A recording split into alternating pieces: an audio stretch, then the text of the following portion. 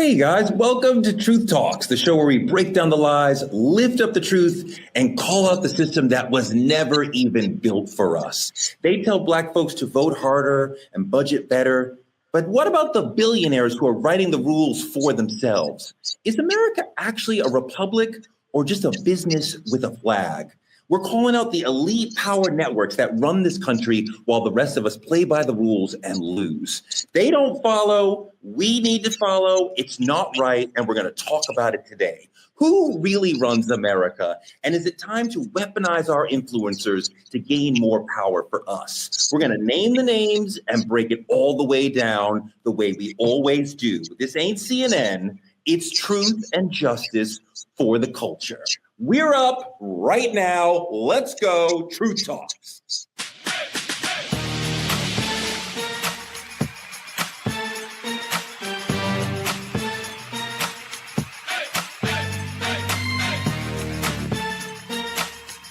Are y'all ready to roll? Let's go.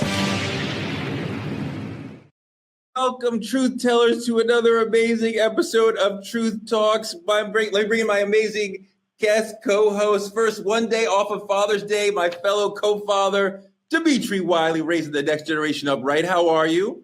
I am blessed to be here. I appreciate that lovely introduction. And I didn't get to tell you, but happy Father's Day to you as well, Mr. Torrey.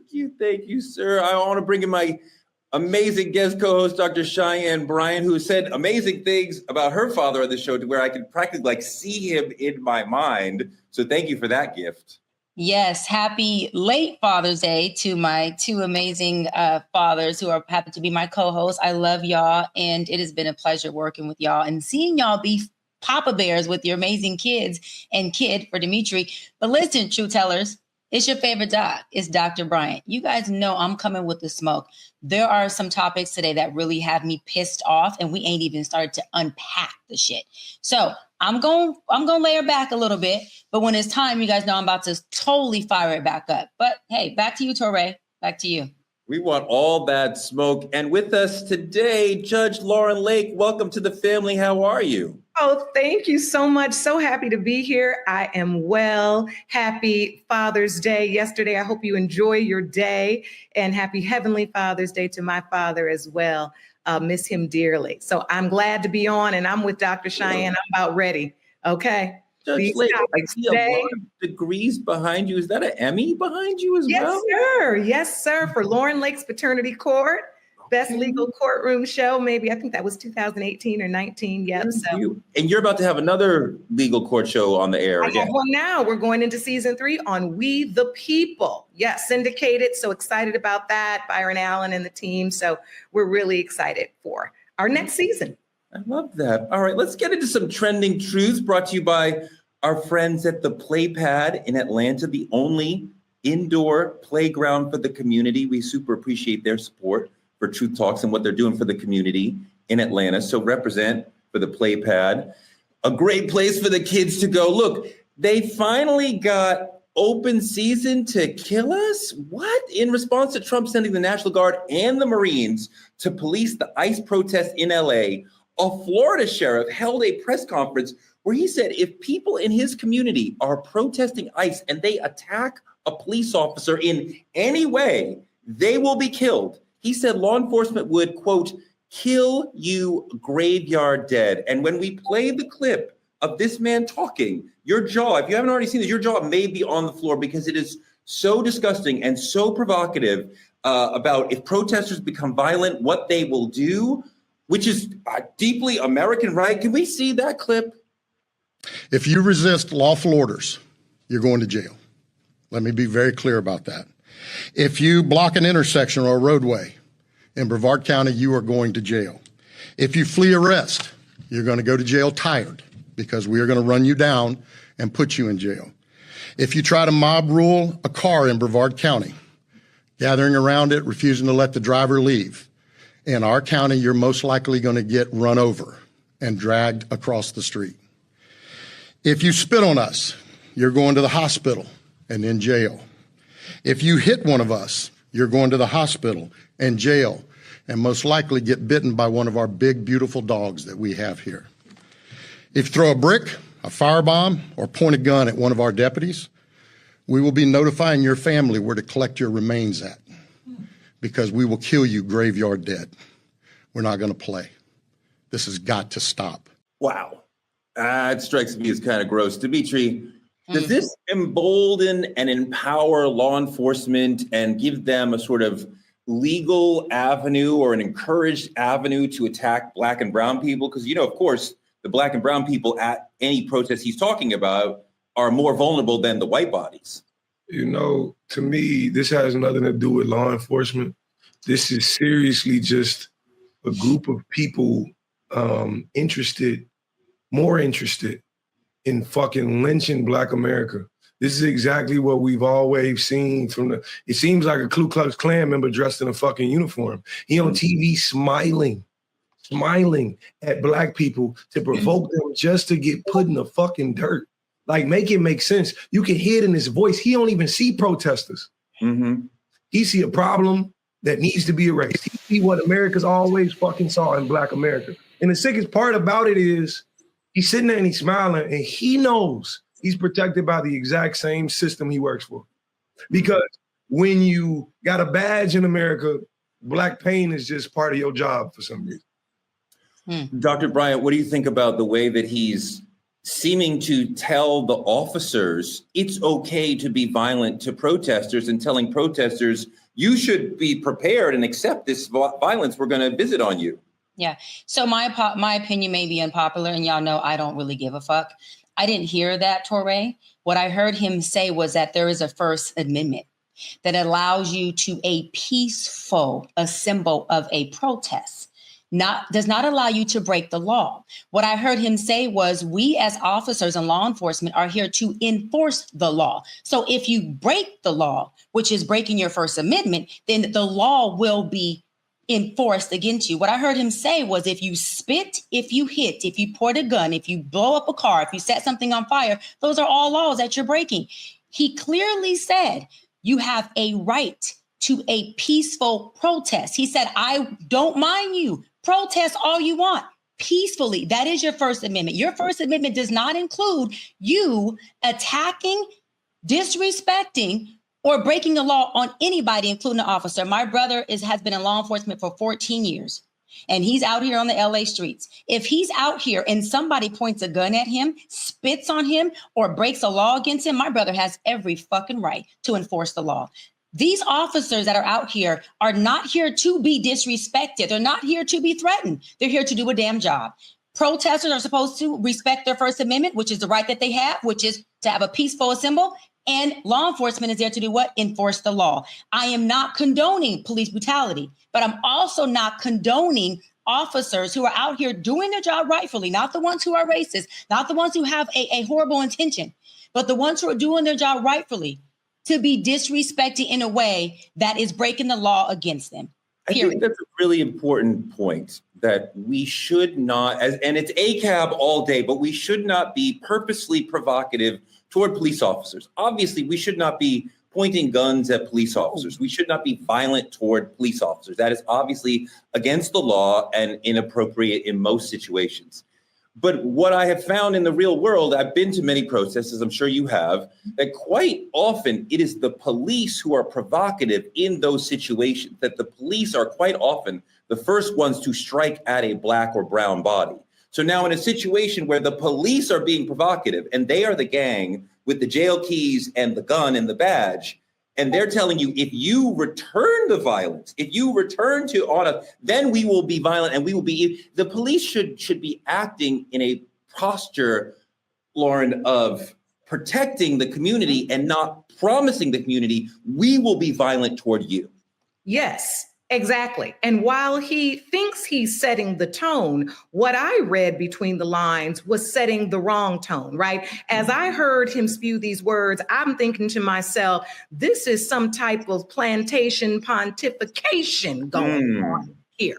Okay, this is not how we set the stage. The underlying energy under his words, which is what was problematic to me. No, we do not need to be purposefully provocative towards the police, but the same has to be returned to the public. And what we see too often, and I'm a former criminal defense attorney, and what we see too often is if the police are aggressive, once then the crowd either puts their hands up or tries to do something, then all of a sudden they can claim, I felt threatened, and the next thing you know, it escalates. We have got to do a better job, as Dr. Cheyenne said, protecting our First Amendment rights. However, it requires our police and our sheriffs to be a part of that protection and not the provocation. Let's listen to his video again, because I do want to listen to it. I think Dr. Bryant brings up a great point in terms of he does clearly want to protect his officers. But I think also there is an aggressive tone where he seems to be like a gang member, like, we will kill you. But I do respect what you're saying, Dr. Bryant, as far as his officers should not feel or be threatened when they are on the job. But quite often they are threatening. But let's listen to the sheriff one more time. If you resist lawful orders, you're going to jail. Let me be very clear about that. If you block an intersection or a roadway in Brevard County, you are going to jail. If you flee arrest, you're going to go to jail timed, because we are going to run you down and put you in jail. If you try to mob rule a car in Brevard County, gathering around it, refusing to let the driver leave, in our county, you're most likely going to get run over and dragged across the street. If you spit on us, you're going to the hospital and in jail. If you hit one of us, you're going to the hospital and jail, and most likely get bitten by one of our big, beautiful dogs that we have here. If you throw a brick, a firebomb, or point a gun at one of our deputies, we will be notifying your family where to collect your remains at, because we will kill you graveyard dead. We're not going to play. Judge Lake, he said blocking an intersection. Is that a crime? Because that's something we saw. This is the part. If you try to peacefully block an intersection, we're going to run you down. Now, that's not okay. Come on. That's where the what you're reading between the lines, and this is where it gets super problematic. It's setting up a hair trigger response energy for officers, right? For even the officers to not go into the situation with a level head, with discernment, with trying to evaluate each situation. No, it's already setting officers up like, look, anything you don't like, anything that starts jumping off we don't like, boom, we taking it from 0 to 10. That is not how it should be done. Dimitri. Absolutely.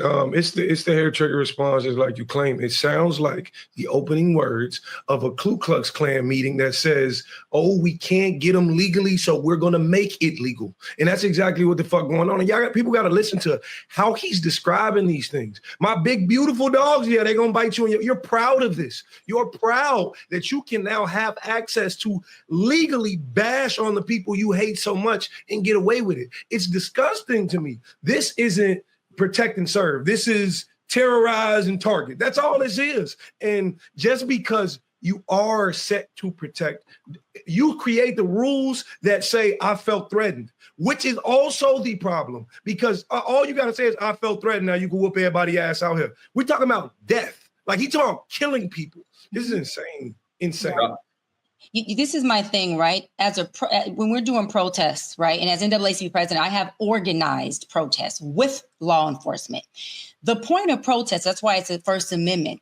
And that's why it's called peaceful. It's because you're out there to send a message. You're out there fighting for rights. You're out there so that you can change laws and influence lawmakers. You're not out there to break laws. You're not out there to ruin your city that you're protesting in. You're not out there to bash the windows of businesses. You're not out there to ruin a city that you are protesting to be able to have a right to be in. You are protesting to be able to have laws that are changing that will work for your rights. So when you're doing that, you also have to lead by example by not breaking laws that you already know are going to be enforced. When we protest, when you're talking about blocking off streets, we had streets blocked off by law enforcement, by the city council member. So that's called an organized protest. We didn't go out there and make sure that while we are trying to fight for the rights of ourselves and our citizens and our neighbors, that we were blocking out people from getting to their kids, blocking out people from getting to their jobs, blocking off freeways so that people can't get home from work, single parents, single fathers, single mothers who actually have some place to go, who actually have kids.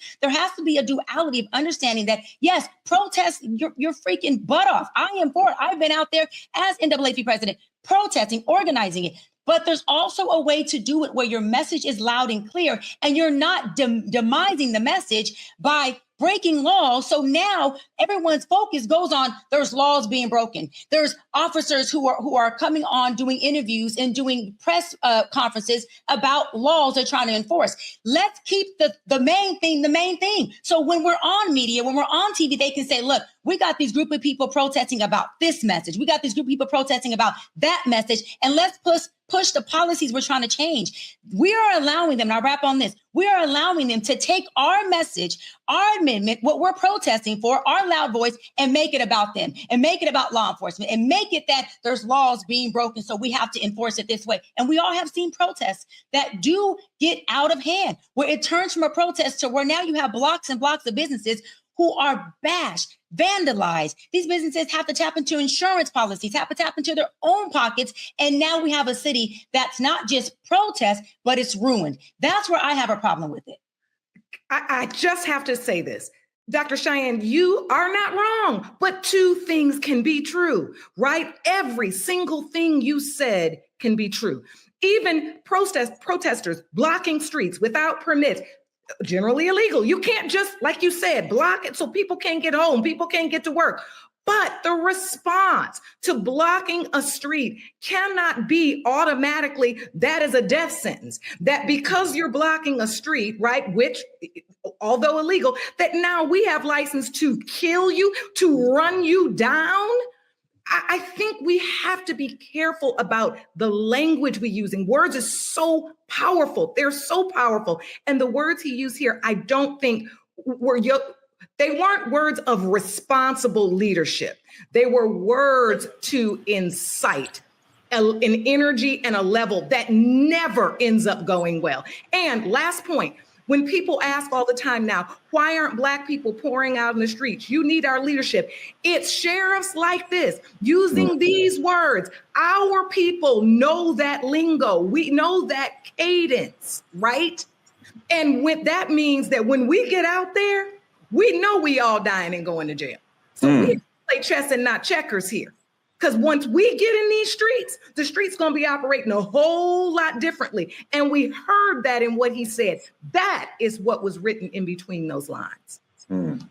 Yeah, I totally hear that. I have been in a lot of protests where white people will form a line together between the Black protesters and the officers who are standing in a menacing way.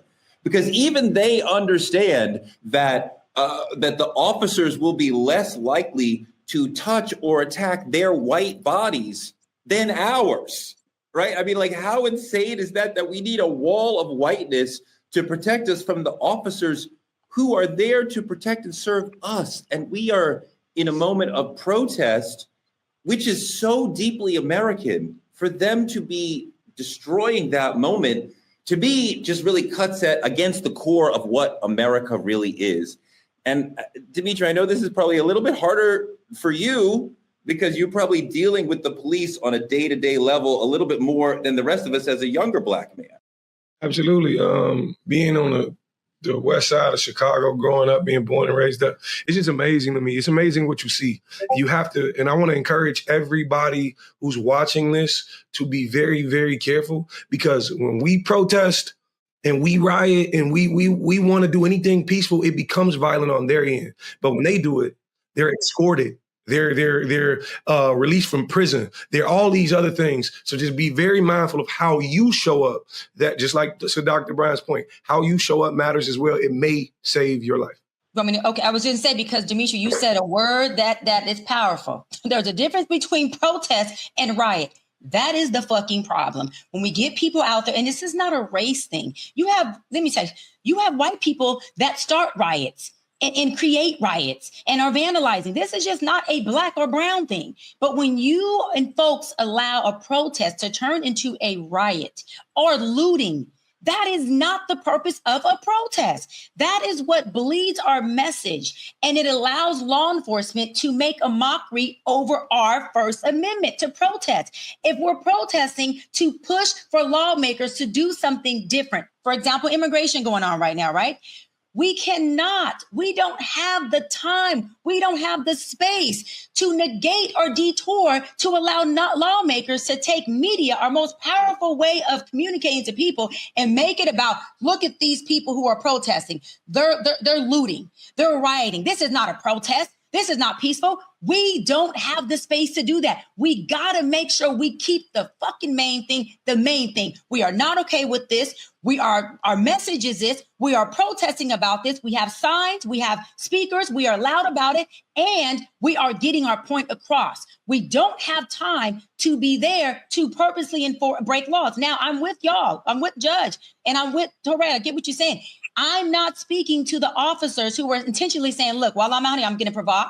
I'm going to be racist. I'm going to push the throttle. I'm going to rub it in their face. We understand we have some that are like that, but we have to make sure as people that we are pushing our message, that we have our eye on the prize, that we are doing things so that they can't and don't have a reason to take away more of our rights than they've already taken away. That's my point. Because looting and rioting is not a protest. It's not. No, I appreciate the point. I think you're right that looting and rioting is not usually part of a protest. There is a value, some situations, for the community to engage in property violence, but there's way too often that we have thousands of peaceful protesters who are purposely provoked by the police, who understand exactly what you're saying, that the violence seems to discredit protesters. So the police officers are purposely provoking them into violence. So then media shows clashes between police and protesters rather than talking about the protesters' actual message. The police are using violence to discredit the protesters, right? So we shouldn't have violence, but we shouldn't have police creating the violence in these situations. And quite often, I think the looters are almost never the people who went out to protest. They are opportunists who understand, oh, the police are busy over here. I'm going to go over there, right? I'm going to take advantage of the situation. It's never somebody who cares about immigration or Black Lives Matter who's like, I'm going to take this opportunity to go rob the Apple store while I'm here.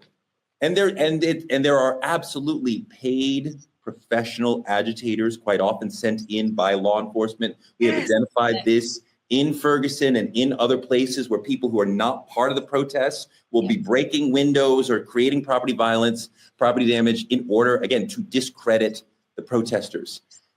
Why weren't they talking like this on January 6th? That's part of what you start to wonder, that when it's white people mobbing and rioting, that is understandable. But when it's even the promise of Black people, and this isn't even like a BLM protest, this is a protest against Trump in general. If my Black ass, I'm sorry. Go ahead, Ms. Lee. Go ahead. You do it.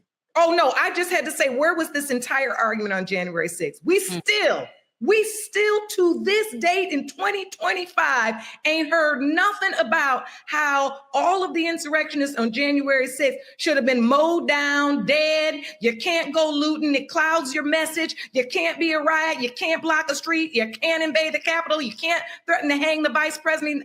Like, nobody putting down the law on then. Where was Mr. Plantation pontification on over there? Okay? Where was he then? I didn't see him. But I guarantee you, if my Black ass was out there, I wouldn't be sitting right here right now. That's a fact, because it's less about what you do and more about the color of your skin. You know what happened? What you do is about who doing it.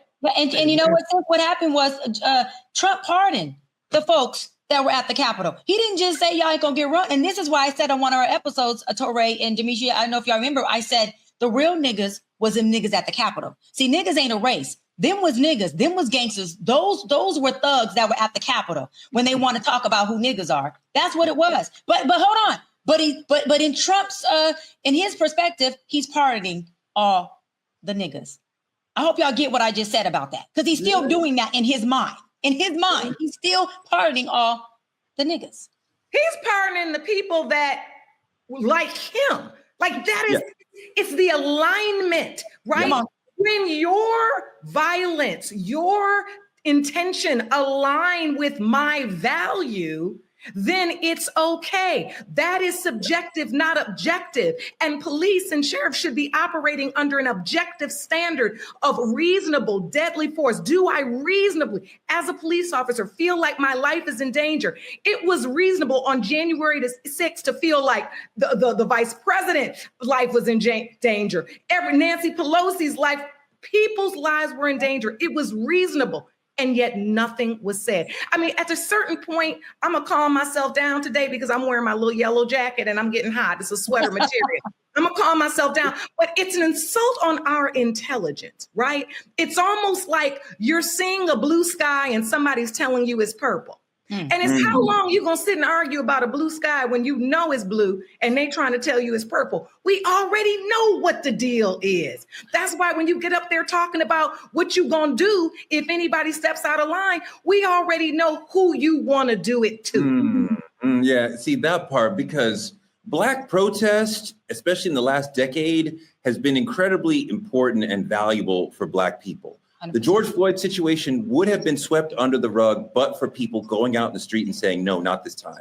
The Ahmaud Arbery situation would have disappeared if not for Black people getting in the street and marching and saying, no, not this time. And there's other situations where we have gone in the streets and said, no, not anymore. And we have made a difference. And if we have a situation where Black people feel afraid to protest because we are afraid that this sheriff or this officer might shoot or kill us, or just deprive our liberty, just arrest us for nothing, that is very chilling and frightening, that we need the ability to be able to stand up and protest when our people are wronged.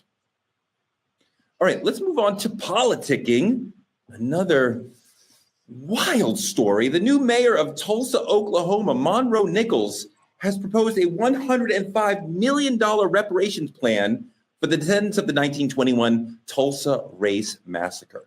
This plan, which he calls a road to repair, involves some good things: establishing a charitable trust to provide funding for housing, scholarships, and historic preservation in the Greenwood District, which was the epicenter of the Tulsa Massacre.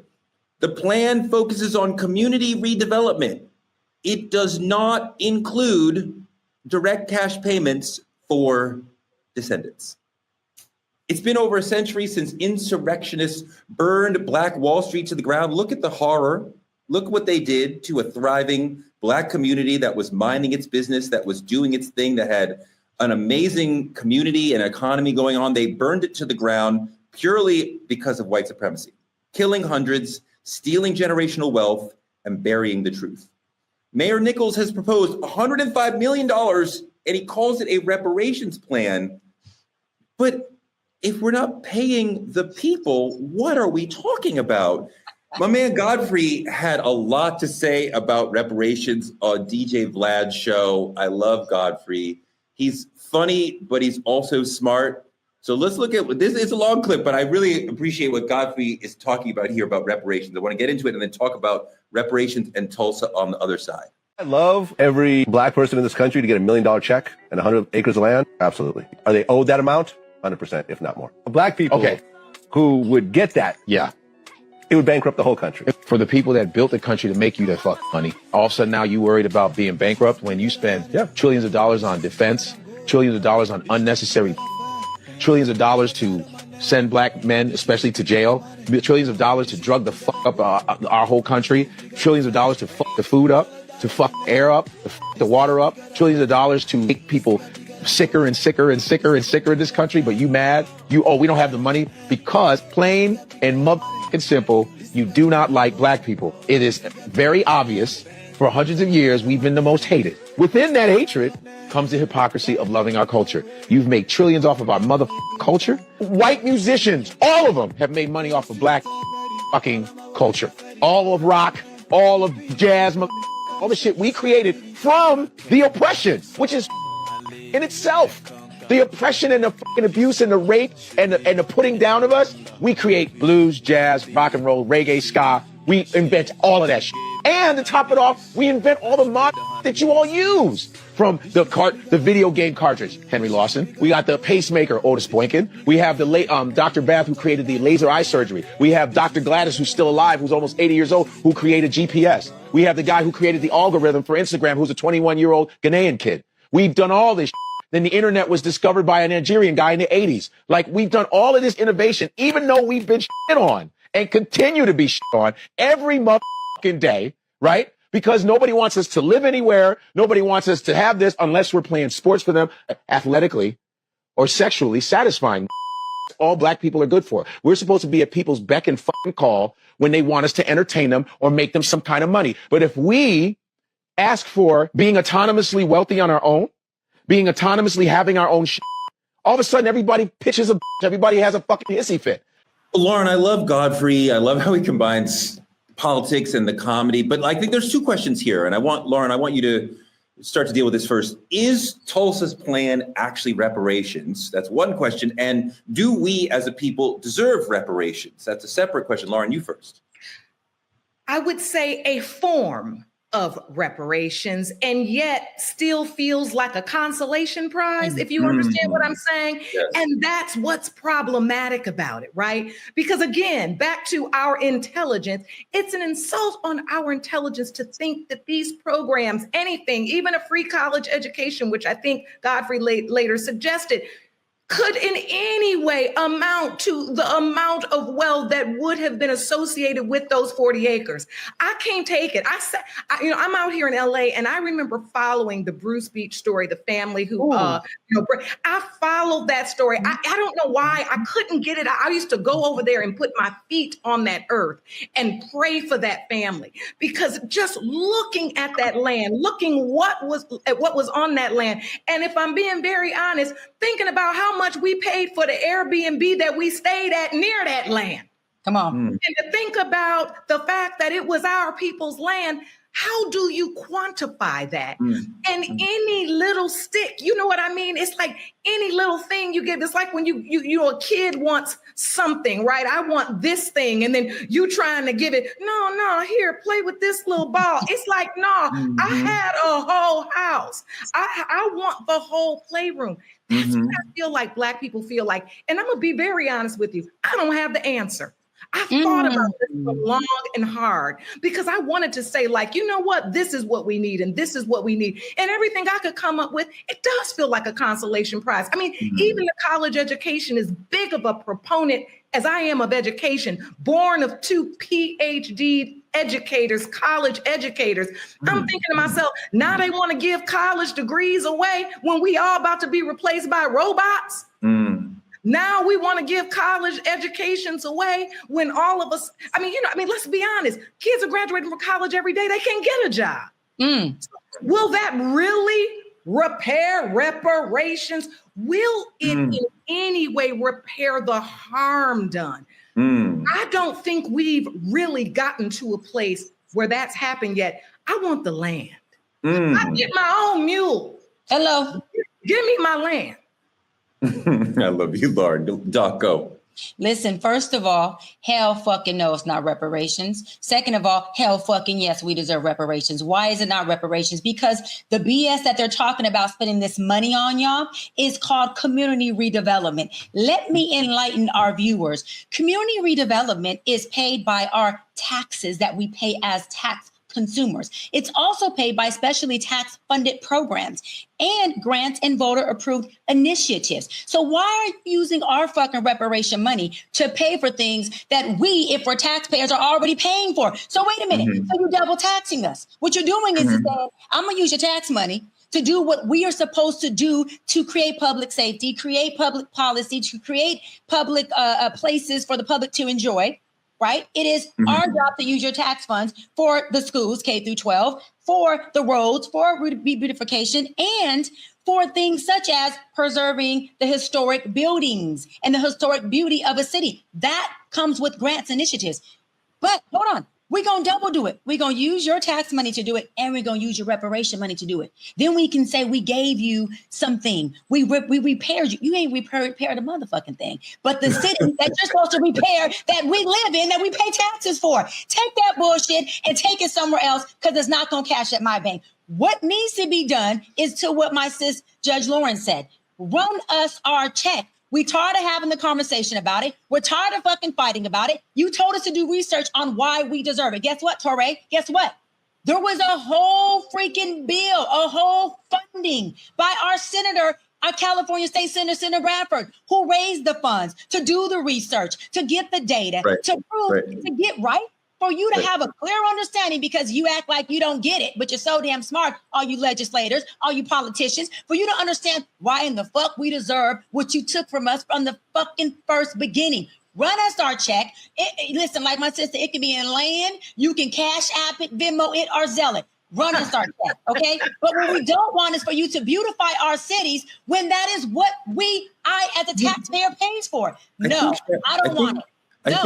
I think Cheyenne's absolutely right in that, on both sides, that Tulsa, what we're talking about is not reparations. Reparations comes from the federal government directly to the people, right? Other races have experienced this in this country and other countries. When the federal government, which was part of enslaving us, pays us, give me a check. Whether or not you think I have money, I'm upper middle class, lower middle, whatever, give me a check because I'm a descendant of American slaves. And because we can explain directly the economic impact that the slaves had on America, which transformed America into the largest and greatest economy in the world. We are the reason, because you had free labor producing the world's most important crop at that time, cotton. America became the greatest economy in the world. So all economic success derives from us. So we deserve a check. The wealth inequality between Black and white people will never be dealt with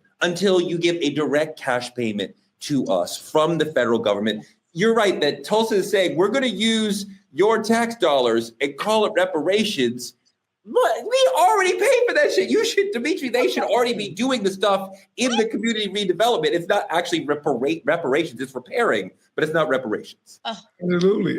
Imagine having fucking a large amount of credit at a store and they be like, we're going to give you the 10% off. We don't want motherfucking 10% off. The thing about it is they treat us like we stupid. Reparations is far from charity.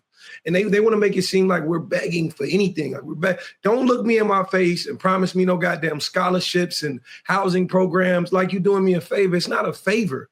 You stole this land. Like, this was taken. You destroyed families. You burned wealth. You did all these things. And now you want to sit in my face and tell me about a developmental plan disguised as reparations. Don't just slap a name on an old trick and expect us to smile. The thing about it is, it's not that we're not eating currently. They're treating us like we're starved. That's the problem. They're still treating us like we're starved. So they feel like they can force feed us anything. No, we want what we're owed. And my Cash App ain't working right now. So if they can sell it to me, that'd be cool. You know what I'm saying? Cash at me. I'll give it to you, brother. I got part of the problem, I think, with reparations for the larger community, the soon-to-be minority community, but certainly the larger community, that some Black people have had success. So there is a Black middle, and upper middle class and a very, very tiny Black upper class. But when you can name 4 or 5 rich Black people, a lot of white people are going to be like, well, why should we give them? Why would Oprah get a check? She's the descendants of slaves. Her life was impacted by being a descendant of slaves. She succeeded, but why should she get a check? Why should Spike Lee get a check? And we could make that argument, but the success of some Black people, it makes it hard for other races to say, oh yeah, they should be getting checks. Well, look, can I just jump in here? Because that is so true. And that's part of the okie doke.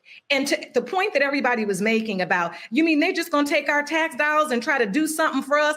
Even if they gave us a check, they still just really giving back money we already paid into. Like, that's the okie doke we can't get away from, right? That's why I was telling you last night, I was sitting long and hard going, what would be good enough? Because the other okie doke is now, if they even gave us the land, you know they're not going to teach us how to pay taxes on the land. 70% of the land they're going to take back anyway, because we haven't been landowners. We don't understand those responsibilities. We may not have the income or know how to generate that. They'll be taking the land back for failure to pay taxes. So you guys, this is such a complex issue. And it takes me back to while the community revitalization and maybe some of the plans in Tulsa are a form of repair. Like I said, it's a form of reparation, but it's a consolation prize and not the reparations we know we want and we know we deserve. But to Godfrey's point, if we ain't gonna never get it, do we need to start thinking creatively about what else we would accept? That's the question, right? Are we cutting off our nose despite our face? Are we not taking the crack in the door and blowing it open and saying, okay, let's start here, let's grow it to here? And I had to stop and think about that at my 56 years of age, right? As I have a 14-year-old son going to college soon. Like that college education thing to me was like, And then I thought to myself, well, I've been suffering through private school for a while and I got college on my belt. If that could be free, if that could be free, could that help me build wealth over here? And I'm only challenging the thought that immediately, crushes anything that is not that land and that check we want, because we could go on for another 4 generations and not get nothing. Doc, so how do we think about it?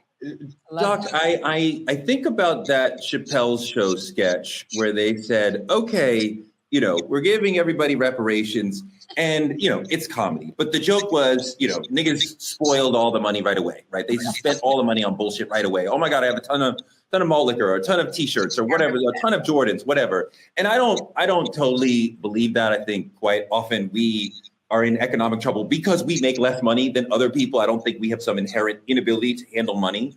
But you do wonder, in a community where we don't have a history and a tradition and a communal knowledge of how to deal with a large amount of money, would some people ruin their reparations check if they were to get one because I don't know what to do with this money?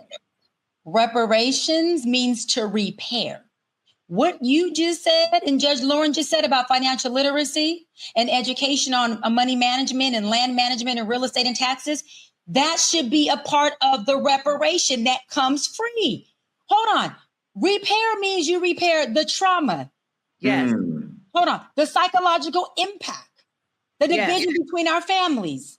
Hold on. The breakage within our historical lineage, our education disparity, our health disparity, the marginalization that we experience in our community, the broken homes, the fact that some of us don't know where the fuck we come from. Let's keep it real. Some of us don't know what part of Africa did I come from. Me, I'm Black and Latina. Did I come from, is my lineage in half Mexico and half freaking South Africa? Am I from Ivory Coast? I mean, let's keep it real. A lot of people don't have that because it was ripped from us. So when you talk about repairing, they need to repair more than just monetization. It's more than just the land. You need to repair all of it. You need to have education for us free. You strip that from us. You need to have it to where we have education on family dynamics and systems, literary, on financial literacy, taxes, everything. How do we purchase a home? You gave us this land.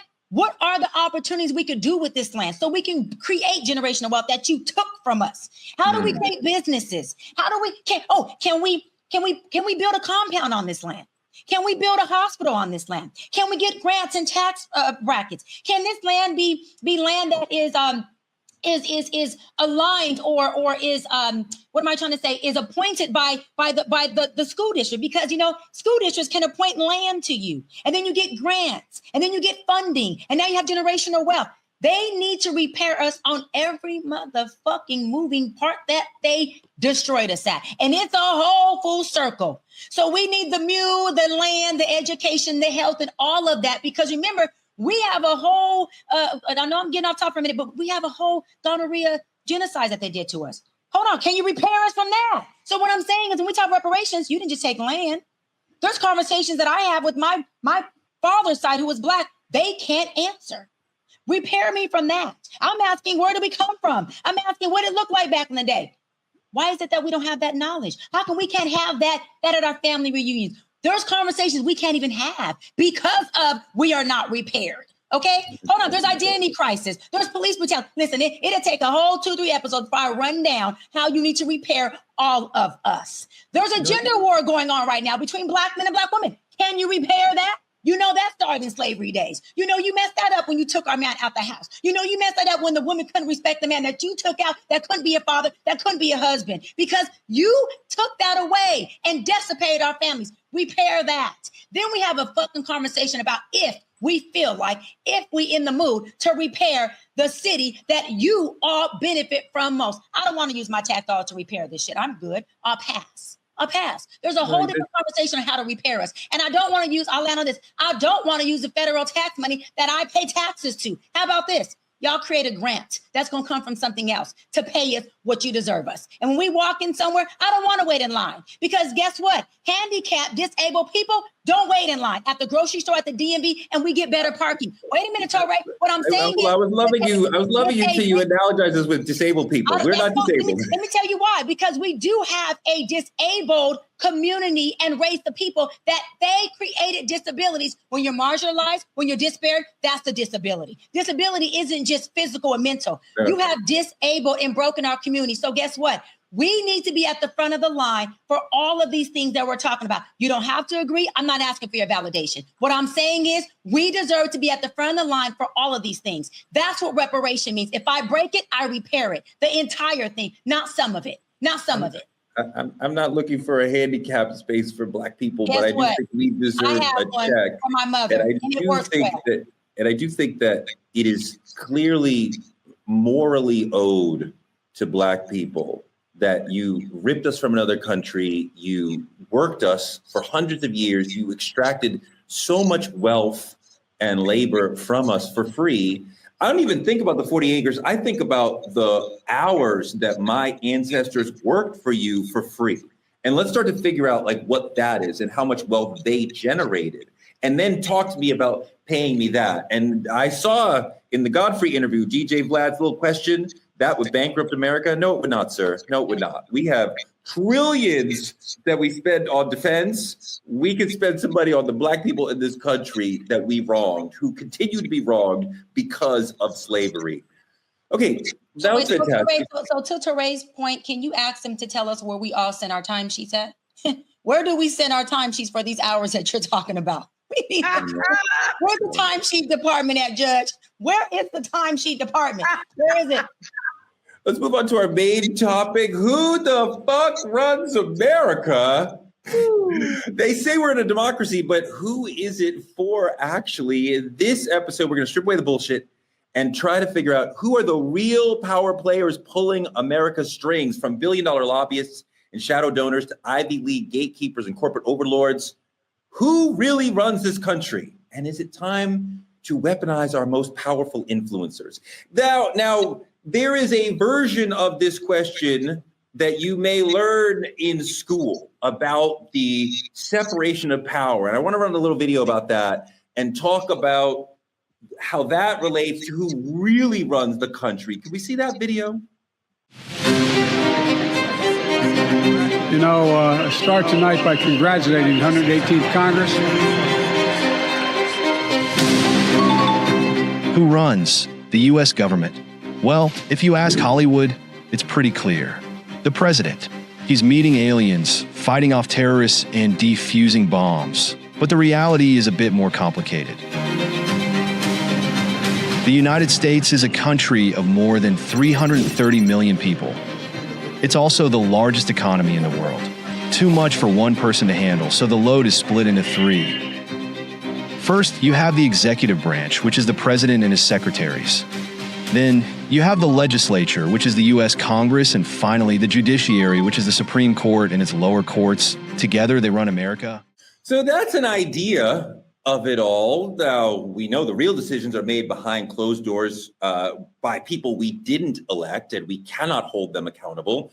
So we have a system that was never designed to care about us, that we are not part of, that controls us. So we want to talk about how wealth, whiteness, and legacy networks decide who gets freedom and who gets crumbs. And is America a republic or a business with a flag? Dimitri, in a world of lobbyists, legacy wealth, backroom deals, we have more Black billionaires than ever, but it seems we have less political power than ever. So who do you think really runs America? And I want everybody to really dive deep on that question and keep it real. Who is the real power in America? Well, to me, a lot of people would be led to believe it's the president, but I don't believe it's the president. I think it's the people behind the scene who writes the checks for the president. I think the president is a poster child for a bunch of ideas, and they found a good one this time. I tell you, they found a fucking good one this time. But the thing about it is, every 4 years, we get hyped at the idea of, we tell people, go vote, go vote, go vote. We're really going to make a difference. We're really going to make a difference.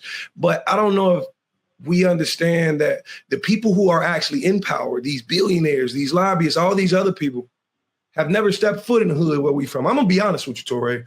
The mindset of a Black man in the hood, every year we go vote, but nothing changes. Every 4 years, we get a new president and nothing changes. We always sit and wonder why the hood still look the same way the hood look. Why the school's still closing around us. Why the food in the liquor store is always, in liquor stores and corner stores is always more snacks than it is fresh produce. Like we see this. And it's led us to believe that there's nothing we can do to change it. Because as much as there is a flourish of new Black billionaires and millionaires, XYZ, it doesn't matter until they get a meeting in them boardrooms, till they in the back of those green rooms having them conversations, developing policy. All of that is policy. And we've understood in the hood, that's a policy that our vote just isn't going to change, because it's not about who's in the White House. It's who's funding it. That's all that matters. Lauren. This is so tough because, I mean, look, I've been to a whole law school and got a whole law degree, and I would love to stand on the branches of government and say that's true. It just isn't. We just witnessed it in real time, this election cycle, where all of a sudden, out of the blue, despite all we've learned since fourth grade civics on up, Elon Musk stepped center stage into our government, into our lives, and pretty much functioned as the president until he got tired and his beloved company wasn't performing well. And it all happened, and nobody could stop it. Wow. Right? Nobody could even stop his control when he decided to get a little yappy and snap at the person who holds the office of president, right? There was a power there. And look, you know, as a woman, as a mother, okay, I'm looking at this one way. As a taxpayer, a voter, I'm looking at this like, well, I'll be damned. Right? Is this easy? It's who got the most money, has the power, has the voice. Yeah. That's what we saw. And not only that, I can tell you at the drop of a hat, if it wasn't for me, you wouldn't even have been elected. Connie, he hit him with that. Come on, Lauren. Look, Lauren's absolutely right.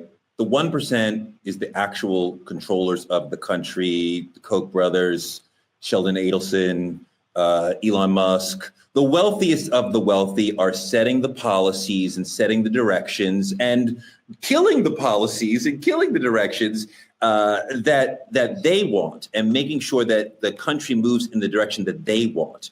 And it's quite dangerous to have the 1% controlling things. Their money, their donations are far more powerful than votes. And at this point, Dr. Brian, we have enough Black billionaires in the world, in this country, who could have an impact on our communities.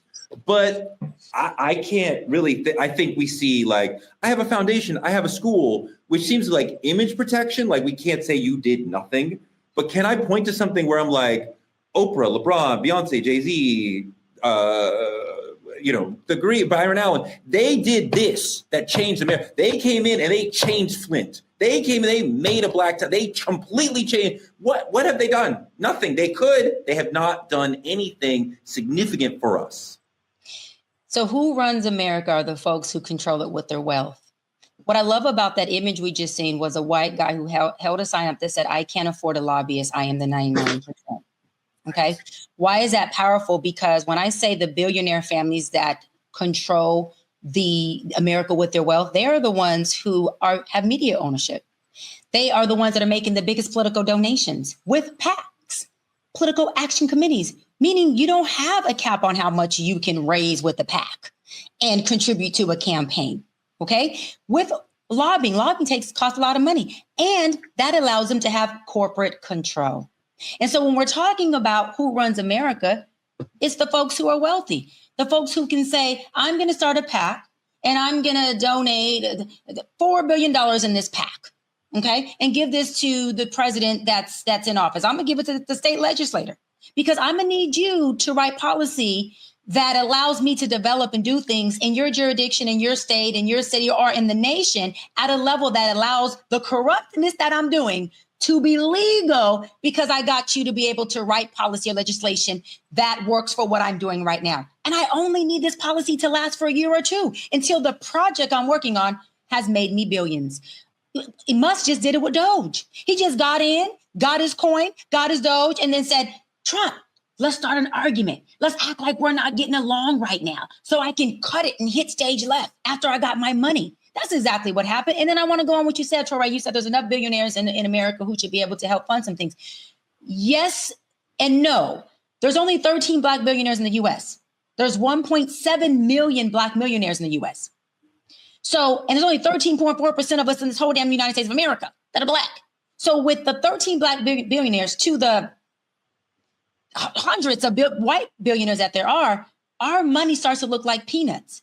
I always talk about allyship. It does, sis. And we always talk about allyship. And then some people are for and some people are like, girl, allyship, forget these white people. No, there's only 13 billionaires, 1.7 millionaires. 13.4% of us are here in the United States of America as a percentile of a group of people.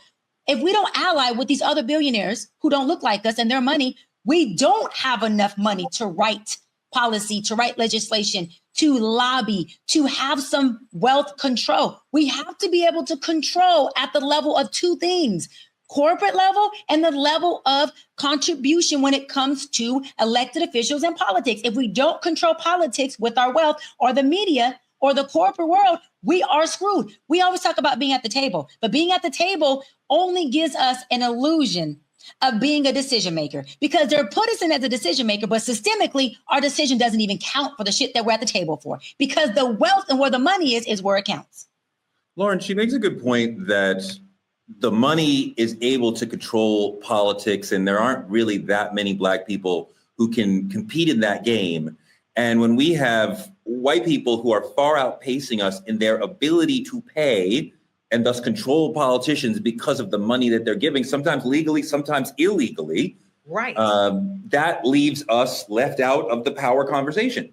Oh, exactly. I mean, as Dr. Bryant was talking, I'm thinking to myself, yes, as you mentioned, Byron Allen, I just recently read that he finally settled the lawsuit against McDonald's about the access to advertisement for Black media outlets. And I mean, that's been in ongoing years. And I think about our billionaires who often are first generation billionaires, right? We're literally, we have not come from, 5 and 6 generations, right? I was just in Atlanta and took my son through the Coca-Cola dynasty down there in Atlanta, right? And it's fascinating to see how long that company has sustained itself through the generations.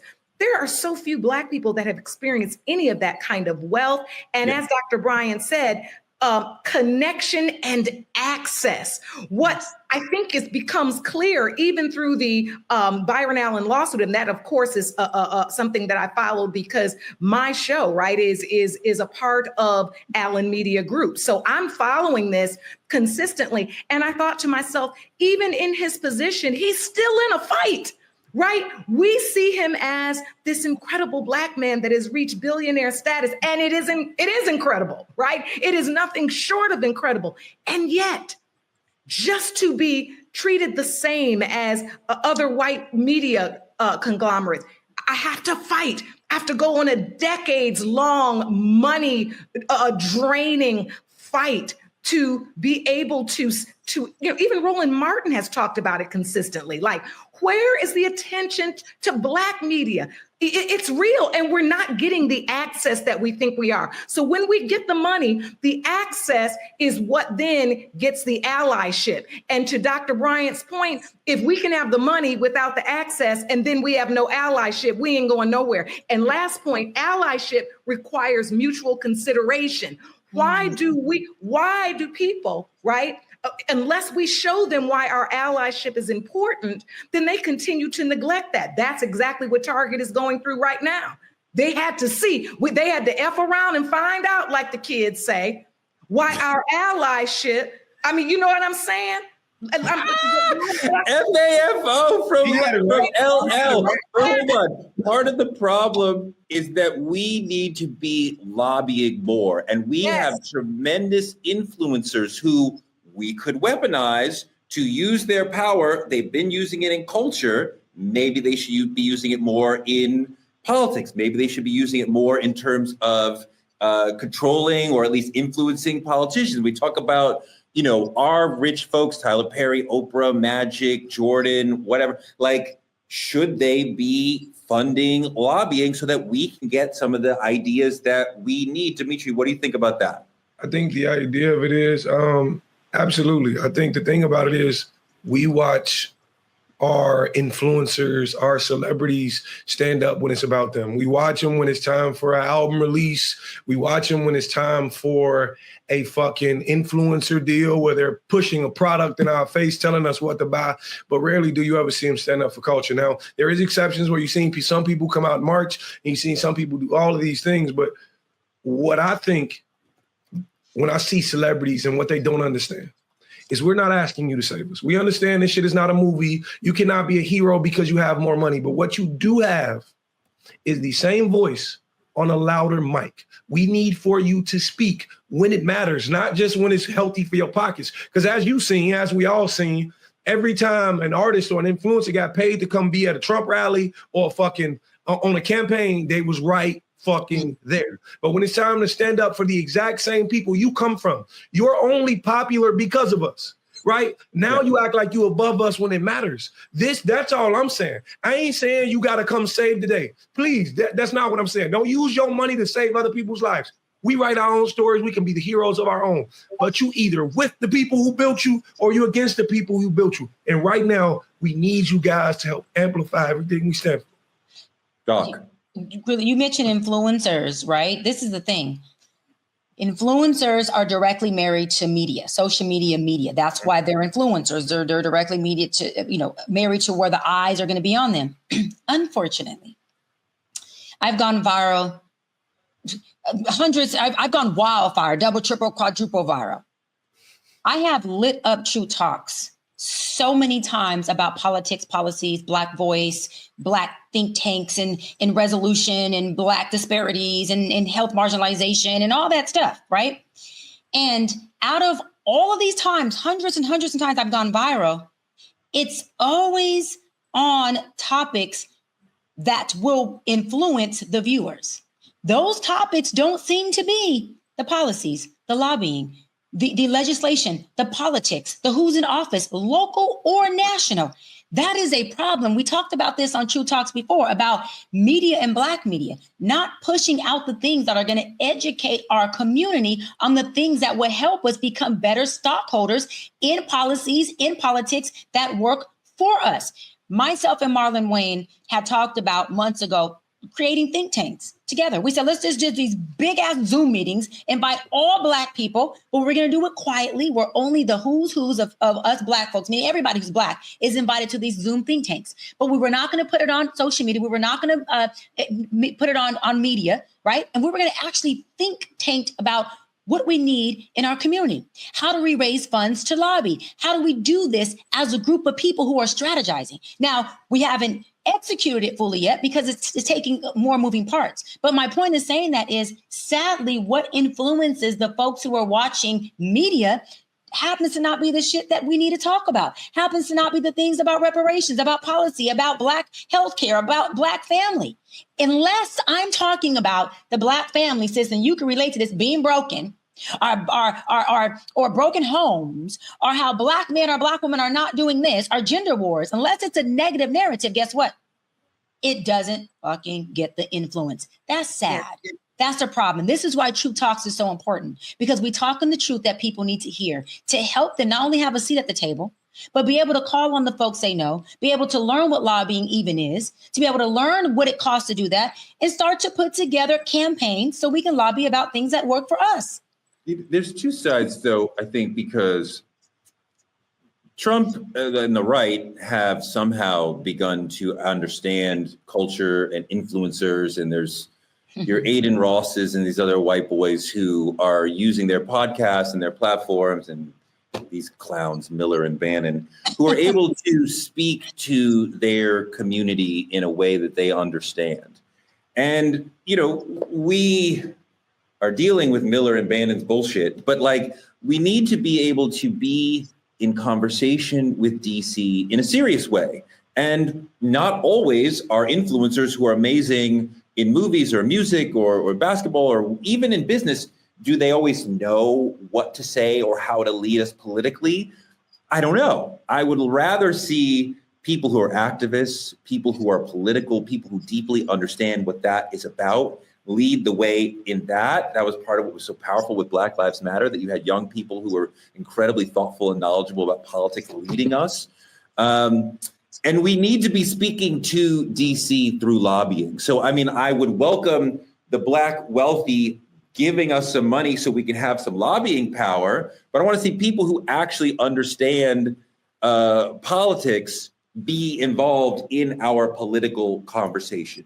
And it not just be in the political presidential election cycle, that it extends, right? I think we go through these things where in the churches and all the politicians visit the churches, and just for that time, politics is on our plate. And the next thing you know, we're back to whatever the new conference is, whatever the new award show is. I also think it's important to note that influencers are tied to corporations, right, that pay them to promote a product. So now basically we've got a whole bunch of salespeople.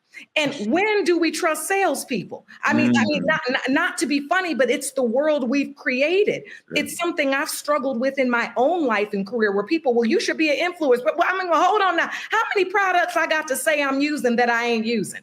Because for a check, right? I mean, that's what we're out here doing now. Because then when the check starts coming in, you don't talk about that product no more. Can we get you modeling robes? Robes, look, well, that's something I really do wear. But I say that to say, and I think Kai, is it Sanat or Sanat? I'm gonna get in trouble. Sorry, my son. Sanat. Nice. I'm sorry. I'm so sorry. I know who he is, but my son loves him. But he recently came. I do read though. So he said that he didn't take a check for the BET Awards appearance. He said, and I thought this was just wow. This young man got it. I didn't take a check for coming there, because a check is often associated or comes along with some type of corporate responsibility expectation that I don't want when I come somewhere. I want to be able to come and I want to be able to talk about it the way I want to talk about it. Can you imagine how many of our influencers, and all of us, let's be honest, who are employed by corporations where our livelihood is rooted in that, where you don't feel free to say exactly what you want to say, because at the end of the day, that's where your paycheck comes from. That's what we're going through. You're absolutely right that the people we work for does constrain what we can say. And when you're Kai Cenat and you're paid by all the people watching your stream, you can say what you want. When you work at a corporation and your boss, Dimitri, is a billionaire, you may not want to be so critical of billionaires. Which my boss is here on Truth Talks. No, but the thing about it is, I want to offer a different perspective. I understand the way you guys are looking at it. I see it. I get it. You want more political figures, but there's a difference. As I'm looking at our generation, and I'm a little more familiar with Kai than you may be, but the thing about it is, when you have influence, everything you do is influential. Okay, so what I mean is, you don't have to go viral with a post. Where you show up to, people show up to. It was an event in New York. They had to pull police out because Kai Cenat said, "This is where I'll be at at this time, and half of New York came outside. That's all I'm saying. It's about what you do. I ain't saying at the He was BET giving away Awards. PS3s. Since we were talking about the BET Awards, let's look at it. There was a moment where Kurt Franklin and Casanat came together.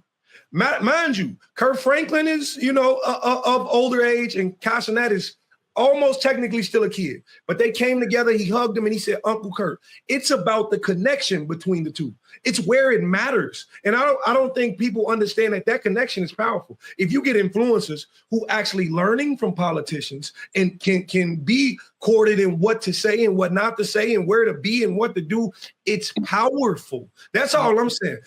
Fucking Glorilla just won a goddamn BT award. A gospel BET award. She's not gospel. And she ain't gospel at all. That's what I'm saying. Once you link that bridge together and get people, the influencers, in place where they need to be with people of political status, it could be something powerful. That's all I'm saying. Don't discount it. Yeah. And I got to say to that point, I love that you said, Dimitri, because external influence gives you internal leverage. Glorilla's external influence gave her internal leverage to win a gospel genre award, where I like Glow, but she's not gospel. And the gospel community genre was going crazy. They're like, we love Glow. Anybody can praise, but she's not gospel. And I want to say this really quick because I want to give our Black folks just some tips on how do you gain some corporate leverage, some corporate power, right? Ownership. It gives you equity. Can you invest? Can you have stock in it? Can you own your own corporation? Climbing to the executive ladder. Can you become an executive, a CEO, a CFO, some kind of executive in that corporation that you're involved in? Build or lead your own powerful brand or product. Judge Lauren just talked about that, right? You, instead of being an influencer for these products, build or lead your own product and get influencers to influence that. Control your relationship, data, or capital. Meaning, if you're the owner, you control your capital. If you're the owner, you control your data. You also control your relationships. Lastly, you have to be able to influence the boardroom. Because at the end of the day, if you have no influence over the boardroom or decision makers, guess what? You have no fucking influence. And we have to learn how to do that and learn that once I influence a boardroom, that gives me external influence. I then have internal leverage. Let me learn how to use my internal leverage to work for the people who I want it to have the most impact on. I also think that if you feel like that's a little above that great advice is a little above where you are, we can also think about finding folks in your workplace who are a little above you in terms of seniority and trying to get mentorship from them. And you don't even have to use the M mentorship word. Just ask them questions about how does one move up? How do I get up to the next level? Yep. And they may, if they're a friend, they may be willing to or able to give you some advice, some actionable advice that helps you start to move up. Because sometimes big leaps are hard, but small leaps up the corporate ladder or up the ladder at wherever you're at can be very helpful to your career if you can find that person who loves you enough and cares and respects you enough to give you the advice you need to keep moving up. That's our show for today. Oh God, I'm so sorry. Before you go, I just had to say what you said was so important, overt and covert operations at the same time. We can't forget that we can work within the system and also outside of it. I think what you said was so powerful. I just wanted to echo it because I was so glad you said it. Thank you. When I was coming up, I got so much out of like going into somebody's office and being like, hey, how do I get to be a little bit more like you? And asking questions upward, especially if you ask, this is for Dimitri, if you ask older people for their advice and wisdom, oh my God, they want to tell you. I'm going to text you now, Torre. I'm going to text you now. Especially the ancestors. Ancestors have the most wisdom. Ancestors have the most wisdom. I'm going to text Torre right now. And they got the insight. Think about our ancestors. While there was a whole enslaved people planning revolts, there was also someone working in that house that knew every move of that house to let you know when to run. It's both working in concert. So, Lauren, I love that you said that. What Doc was doing was insulting us by calling us. Not her. We are the ancestors living here right now. Oh, that's so funny. But you know what? I'm proud to be an ancestor. I'm 56. Hey, you ain't no ancestor. You a fine auntie. Torre is an ancestor. He was either telling people when to run, how to run, or he might have been a house nigga. But he was definitely, he's Never that. Wow. Wow, I never got called a house nigger by someone lighter than me. Okay, here we go. That's our show for tonight. Like, comment, and subscribe on our YouTube at Truth Talks Live, and continue to watch us simulcasting right here, Black Star Network. Roland Martin Unfiltered comes before us, and then Truth Talks. That's your evening schedule right there. Don't forget to support Black media at Cash App, Truth Talks Live, or any of the links that you see on the screen. We got to thank our supporters, Juanita Mahdi, Kyla Carr, and Benjamin Gobes, for their weekly cash support for Truth. Thank you so much. And if you want to be in the credits with Benjamin, Kyla, and Juanita and get talked about on the show, and maybe get a chance to be on the show one day, then hit that Cash App, show us your love, and help us keep this show going. You can also support us by advertising with Truth Talks, like our friends at the Play Pad in Atlanta, Georgia. We super appreciate their participation, their support. It's an amazing indoor play space for the community, for the culture. So take your kids there and have a good time. Small businesses and influencers partner with us by visiting truthtalkslive.com, like our partners at Hair Maniacs, who love Dr. Bryant and love taking care of her and making her look more beautiful. Their product is like, it's not just a hairline, it's a lifestyle. Doc, tell us a little. Honey, must I say more? Say less. Must I say more, honey? It looks nice. Come It's on. shiny. It's shiny. And just hold on. Same hair from Hair Maniac. Just last week, I had this thing half up, half down, and these beautiful luxurious curls. Hold on. The dog just straightened this same hair yesterday, slicked this thing in a ponytail. And you guys cannot tell me I'm not ponytailing, okay? I'm ponytailing and ponytailing you where to get this good hair. And then when I wet it, don't forget, it curls up wet. It matches my texture. Like, hello. Come on. Anyways, I'm back. I'm back to it. So you can manipulate it like real hair, like oh my curly, God. straight, And look whatever. how, hold on.